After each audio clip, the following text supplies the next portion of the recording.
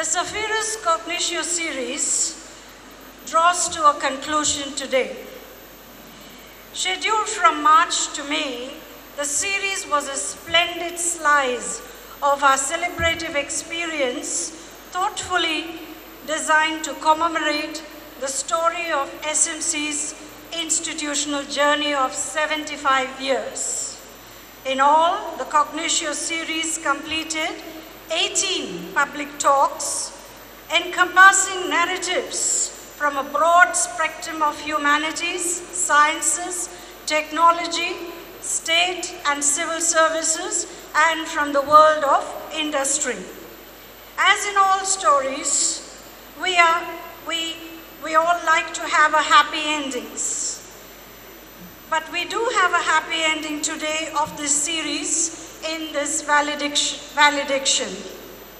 But endings are often shaded by a mist of ambivalent sense of joy mixed with sadness. The joy of completion on one hand, on the other, a sadness as we draw a closure to a wonderful force of creative flow and energy. The valedictory brings us to reflect on the purpose of the Saphirus Cognitio, which was created for you for positive engagement with the knowledge dissemination and to take cognizance of that knowledge in its core relational power. The word cognizance, as I have used today, is sourced out from the Latin word cognitio. The series has given scope, I must say, a tremendous scope to generate a heterogeneous space, a kind of a democratic space, enabling us to share, reflect, debate, connect through substantive dissemination offered by distinguished personality from across eclectic fields of disciplines. And the common ground that our speakers found was to highlight the role of an empowered woman in society today. Today we have with us a very eminent personality as well as a speaker, Mr. Peter Alphonse, who will address the 19th talk of the Saphirus Cognitio series and will highlight the role of the higher education institutions in shaping a responsible, socially responsible citizenship. So we are very delighted and honored by this special talk by Mr. Peter Alphonse. It is now my distinct pleasure to invite our principal, Dr. Sister Rosie Joseph, to welcome the assembly and our guest of honor. So, Dr. Sister Joseph. Good morning. A warm welcome to the valedictory of the Saphirus Cognitio Talk series, which was conducted to honor and commemorate the 75th anniversary of the founding of our college. With us today to deliver the valedictory address is Mr. Peter Alphonse, Chairman, State Minority Commission, Tamil Nadu. Let us welcome him with a big round of applause.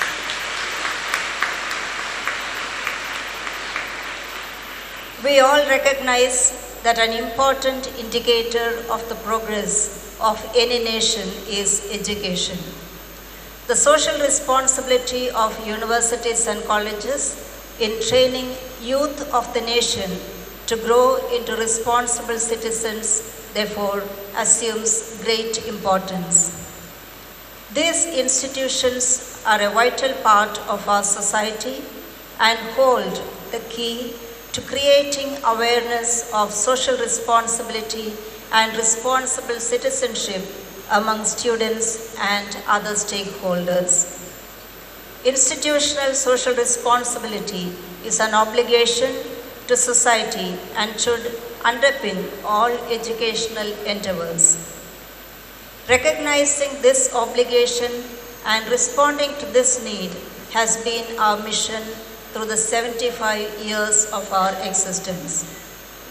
It is integral to our mission and vision, and to honor this commitment, we have ensured that our curriculum integrates social awareness and service courses as mandatory components in the academic calendar. Active relationships and engagement with urban and rural disadvantaged communities to improve their social and economic well-being, and commitment to environmental protection and sustainability measures are visible and tangible efforts taken by our institution as part of our institutional social responsibility. To talk to us on the role of higher education institutions in providing socially responsible citizenship, the need of the hour, is Mr. Peter Alphonse. Welcome, sir, to this session. We look forward to listening to you.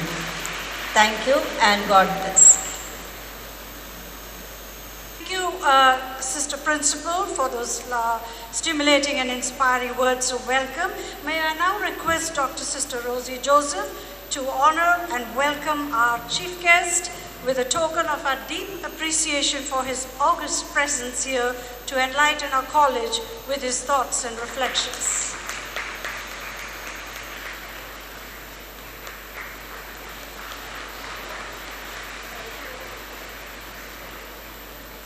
Thank you, Sister Principal, and thank you, Mr. Peter Alfonso, for accepting our humble invitation. So it is my pleasant task now to introduce our guest of honor, Mr. Alphonse. The words of late Bishop Desmond Tutu comes to my mind as I present our chief guest this morning. My humanity is bound up in yours, for we can only be human together. Mr. Alphonse is an Indian politician, member of the Parliament, and currently is the chairman of State Minorities Commission. He was elected thrice to the Tamil Nadu Legislative Assembly and has served as the Member of Parliament in the Rajya Sabha from 1996 to 2002, and has served as a syndicate member of the Manon Manian University, Tirunelveli, and also the Anna University. He was appointed chairman of many important committees, ranging from Public Accounts Committee, Government of Tamil Nadu Assurance Committee, to consultative member of the Defence Government of India, to just mention a few. Added to his rich and varied experience, he has traveled extensively throughout continents of Europe, America, and Africa, I'm sure leaving behind his stamp of excellence and competence in these countries. We are indeed honored to have you today with us, sir, and please welcome all of you. A round of applause for Mr. Alphonse. Over to you, sir. Reverend Sister Principal, and the Vice Principals, members of the faculty, and my dear students. It's really a great privilege to be with you when the institution completes 75 years of excellent service in the cause of women's education. By the way, you want me to speak in Tamil or in English? Those who want me to speak in Tamil, please raise your hands.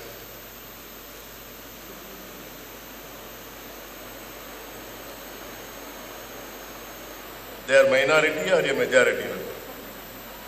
So I think I should be bilingual. 75 years is a long period in history. And I just visualize how this institution would have been 75 years back.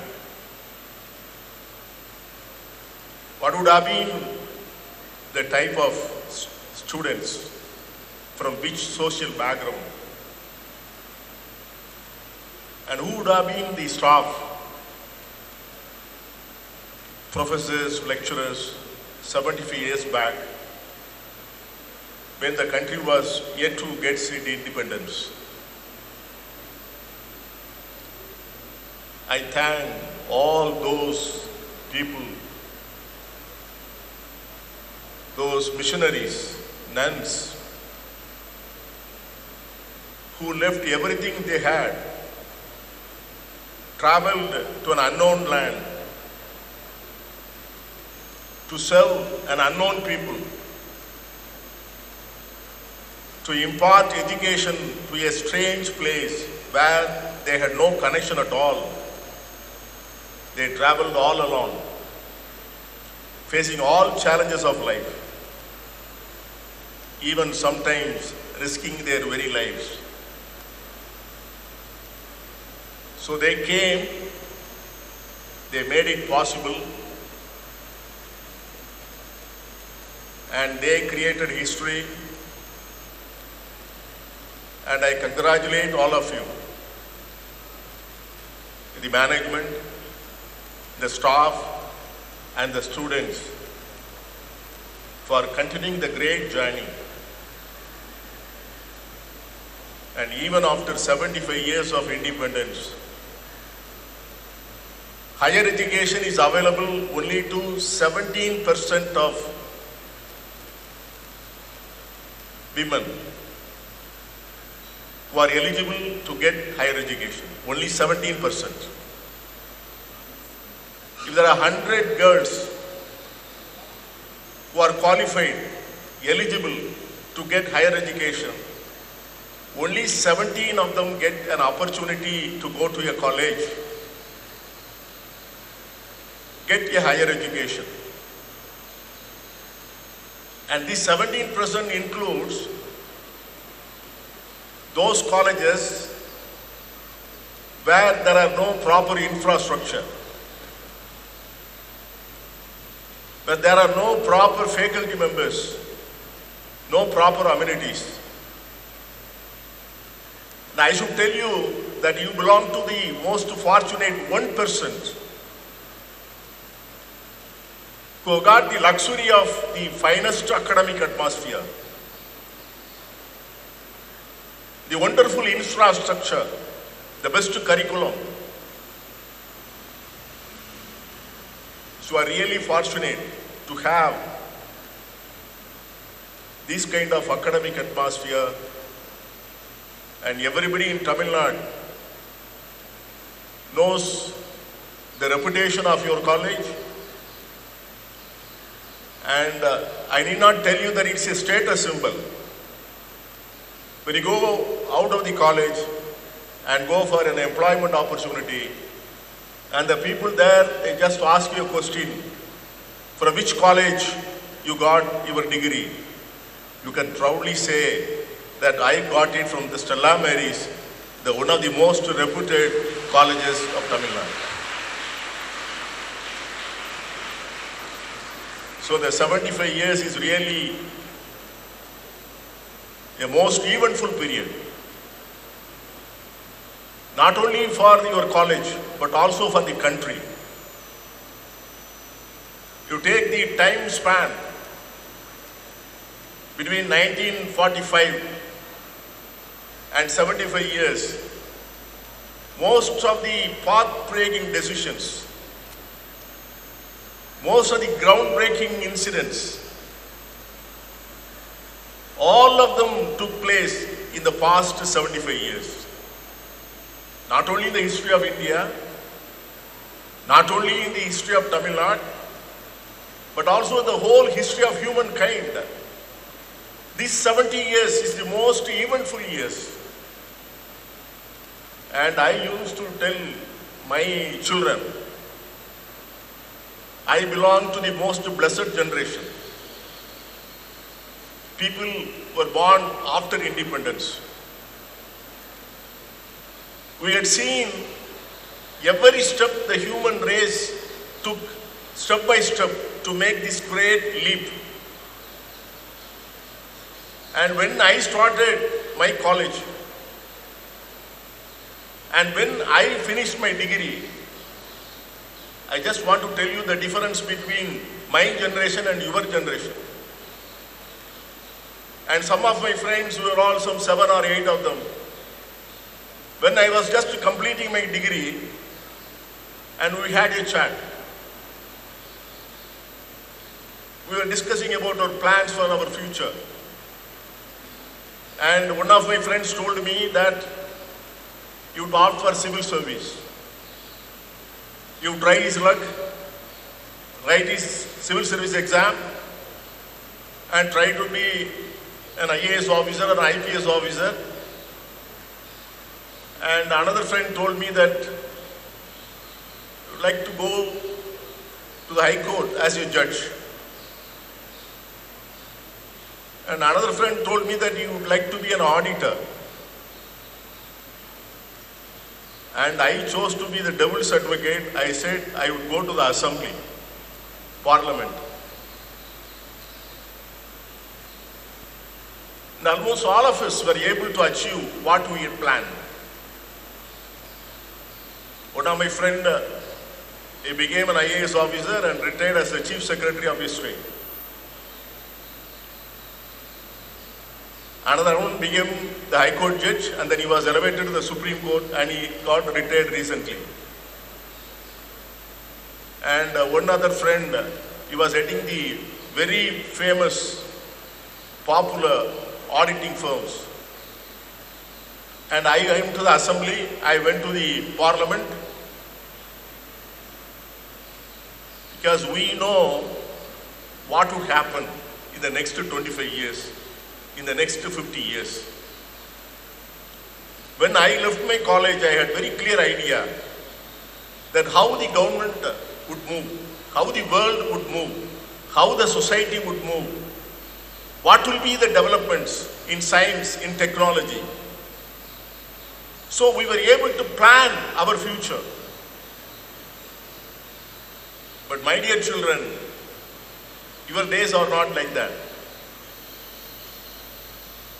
The future is most uncertain. In the future is very gray. Future is not clear. In the story ahead, what would happen in 2050?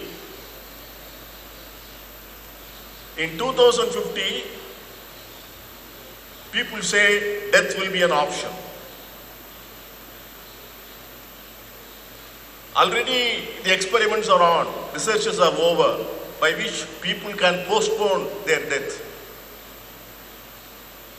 I can choose the date of my death, and I can choose the period I want to live.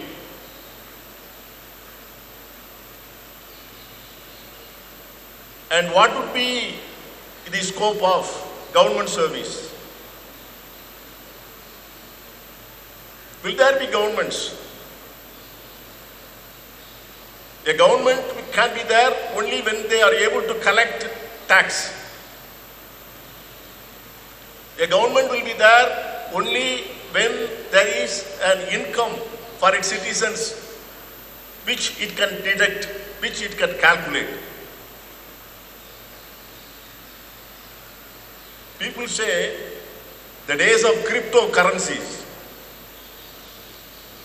You might have, some of your students of economics might have studied about the bitcoins and all. They don't answer to any governmental laws. They have no boundaries, they have no barriers. Who earns the money, where they keep the money, how they spend the money, nobody can detect.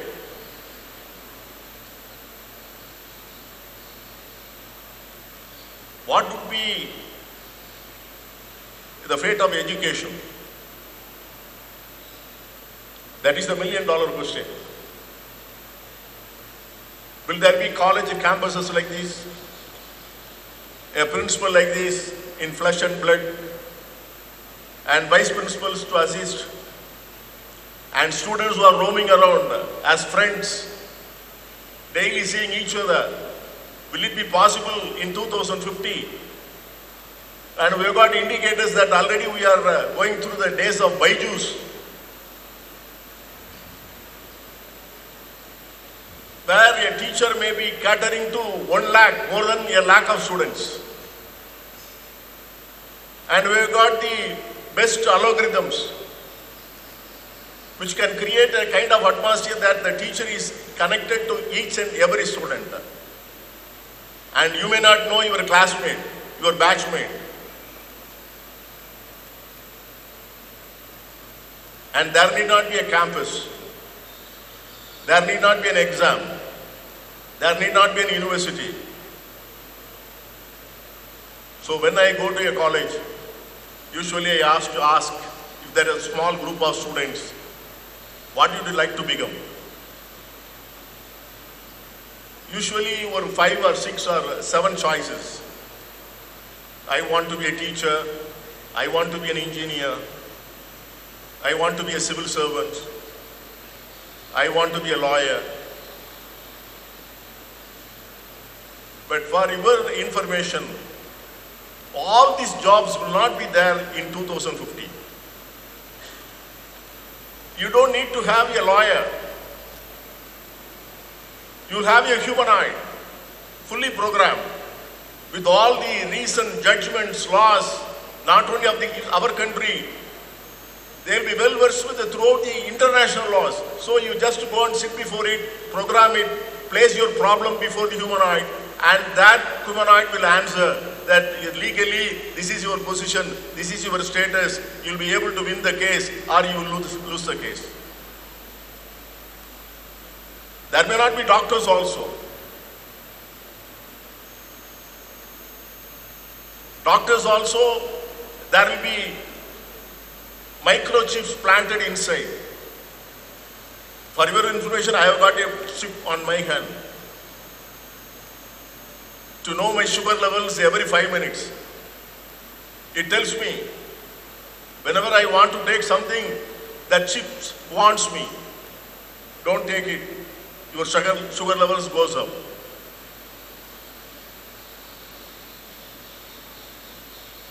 And every minute the chip will be sending the parameters of your body to a centrally space where a group of supercomputers will be supervising, and they will be sending you prescriptions. You take this, that, this food or that food, avoid this food or that food.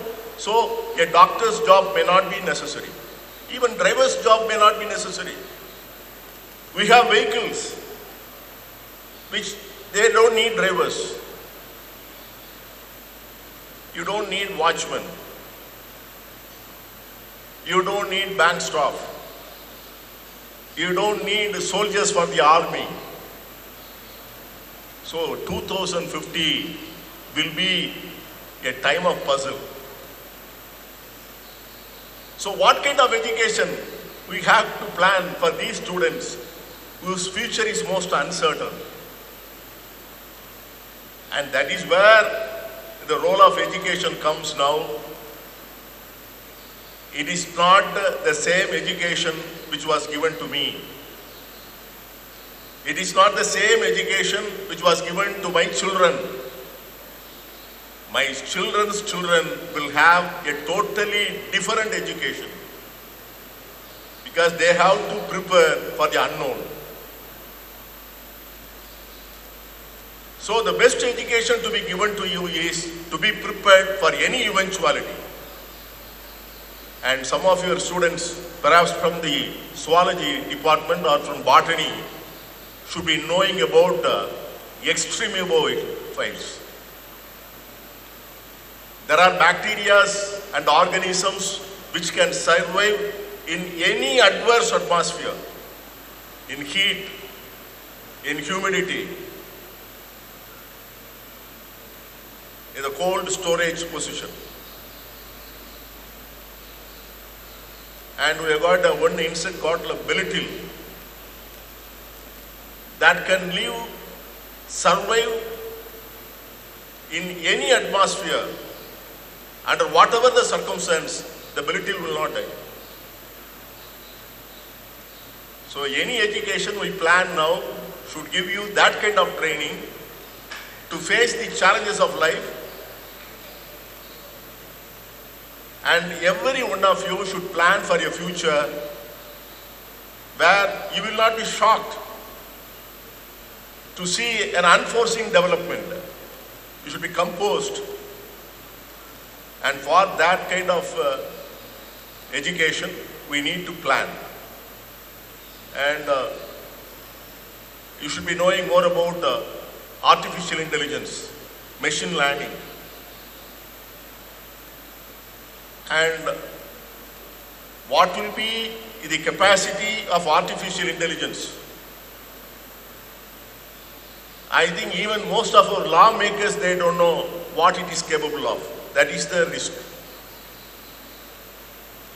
Even the lawmakers, even the people who plan your syllabus, even the people who are destined to plan your future may not know what these kind of new technological disruptions, what they are capable of. And they say they may create more jobs, but those jobs will be available only to very skilled persons. And for a country like us, where I told you that you belong to 1%, the luckiest 1%, the 99% even don't have the basic academic facilities. When that is the situation, how would they plan for a situation where the machine learning and artificial intelligence will create a circumstance where we may need highly skilled people only for employment. We don't need ordinary skilled people. That is the saddest part of human history. That is the social responsibility now. There is a stage in the history of mankind where a vast section of people are not needed for the society. We don't need the scavengers. We don't need the drivers. We don't need the watchmen. We don't need all those people who are doing the menial job. They don't know any other work, and they one fine morning, all of them will be thrown out of the system, and they will remain an unwanted force. So the education we give now should be able to take care of those people also. And any society which is self-centered in thinking, and any human being who is selfish in approach will find the entire system in jeopardy, in a great disaster, and our educational system alone should protect the humankind from these man-made disasters. And responsibility, social responsibility, I think it can be classified under 3 categories. I have got a responsibility to me. I have got a responsibility to my family. I have got a responsibility to my neighbor. And I have got a responsibility to the society. And in today's social atmosphere, the only elementary necessity is to teach our students how to live in a multicultural society. A multilingual, multicultural, multi-religious, multiracial society, how we can all be living together in peace and harmony. And they say, our elders, tolerate the other's religion, tolerate the other's culture. That is not the right approach. You should respect the other's religion. You should respect the other's culture. And for the past 1 month, you might have been seeing in the papers what all happening in our academic campuses. Perhaps you are fortunate enough not in our state, in other states of India, where some of the students are not allowed to enter the academic precincts on the basis of religion, on the basis of caste. And some of the downtrodden communities, they are not allowed to even nowadays to fetch waters in the common wells, permitted to walk on the common streets. And always there is a majoritarian agenda. People think that if they are a majority, they can have their way. But social responsibility should tell us it should be a true democracy and not a majoritarian system. And every individual should have the leadership quality, should have a social consciousness, should have the willingness to serve, to help the neighbor, to enrich the society. And there are two role models for you. Before I conclude, I will tell you those two role models. I think most of you should have read Ramayana. And who is Urmila? Any one of you know who is Urmila? Tell me, if any one of you has read Ramayana, tell me who is Urmila?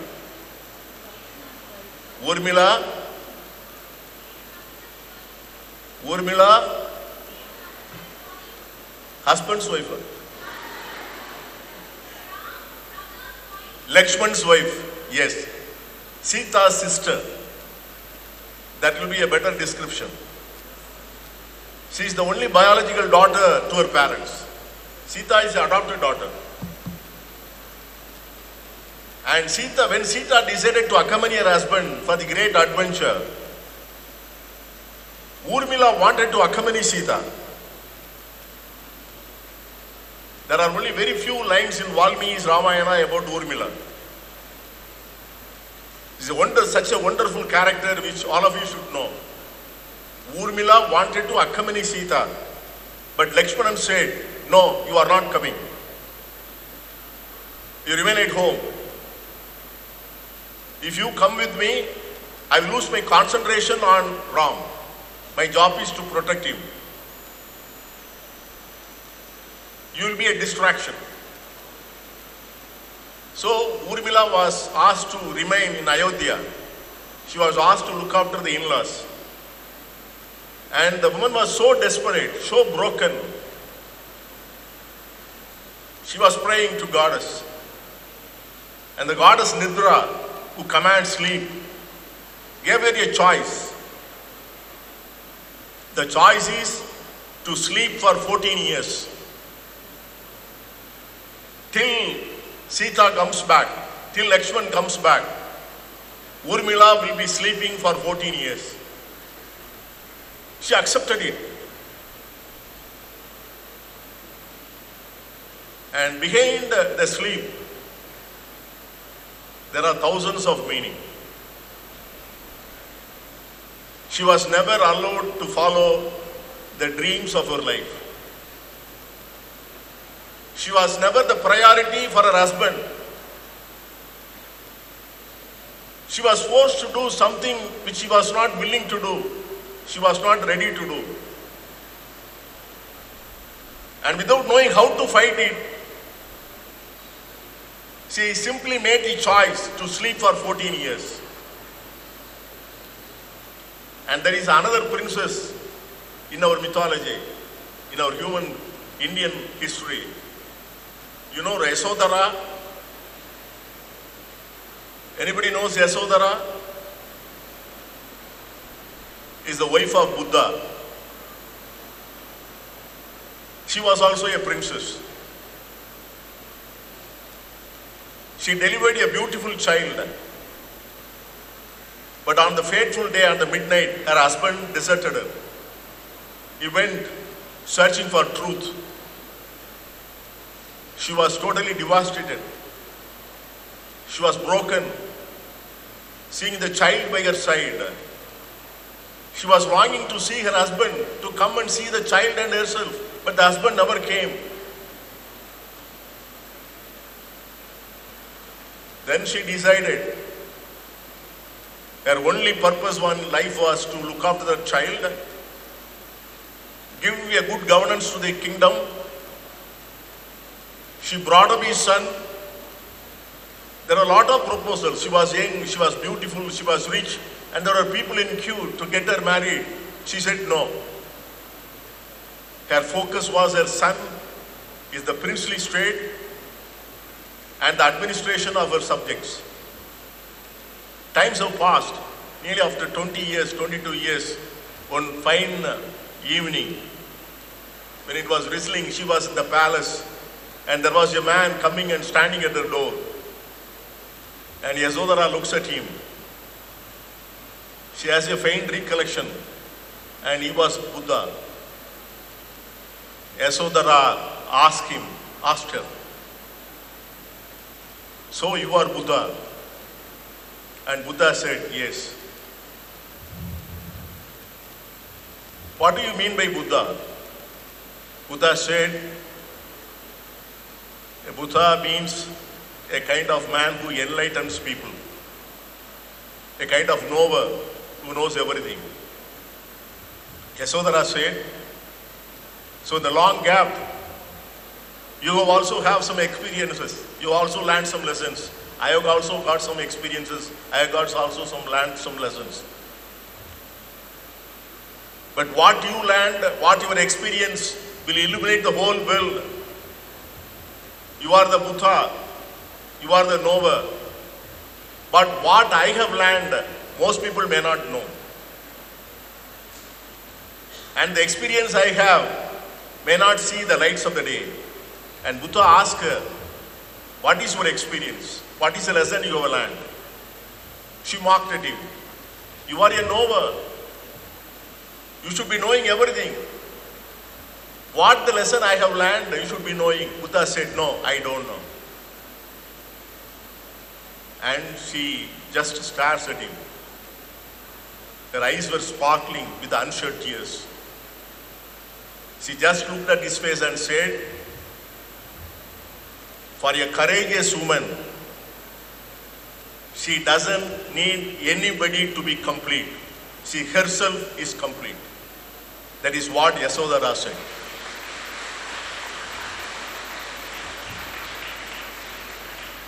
So you have to decide whether you are going to be Urmila or you are going to be Yasodhara. God bless you all. Thank you. As we draw the curtain call to the Saphirus Cognitio series, I'm extremely privileged to say a few words of gratitude and appreciation to all those who have made the Cognitio series a possibility and a grand success today. First and foremost, our grateful acknowledgements to the core committee of the Cognitio series, led by Dr. Sister Rosie Joseph's zeal, tireless efforts, enthusiasm to ensure meaningful outcomes of the events. An event like this doesn't happen overnight, and the wheels had started rolling months. Wheels of this preparation had started rolling months ago, and detailed and diligent planning had gone into this with much dedication and tremendous contribution from each of the members of the core committee, coordinators, and faculty organizers. A huge thank also goes to the involvement of the student union and the student leaders on behalf of all of you for their enormous cooperation in the organization of this event. A special thanks is extended to the IT work led by Dr. Shweta, Margaret, and Ms. Shiny for technically fine-tuning the events of the Cognitio series. My thanks are also due to the assistance of the maintenance staff directed by Sister Hilda. And mainly, you students, grateful to all of you for being such a wonderful audience throughout this Cognitio series, and the faculty for being a part of the series and contributing to its tremendous impact and success. I wish the organizers the very best to take this further for further accomplishment. Thank you all, and now may we rise for the college song.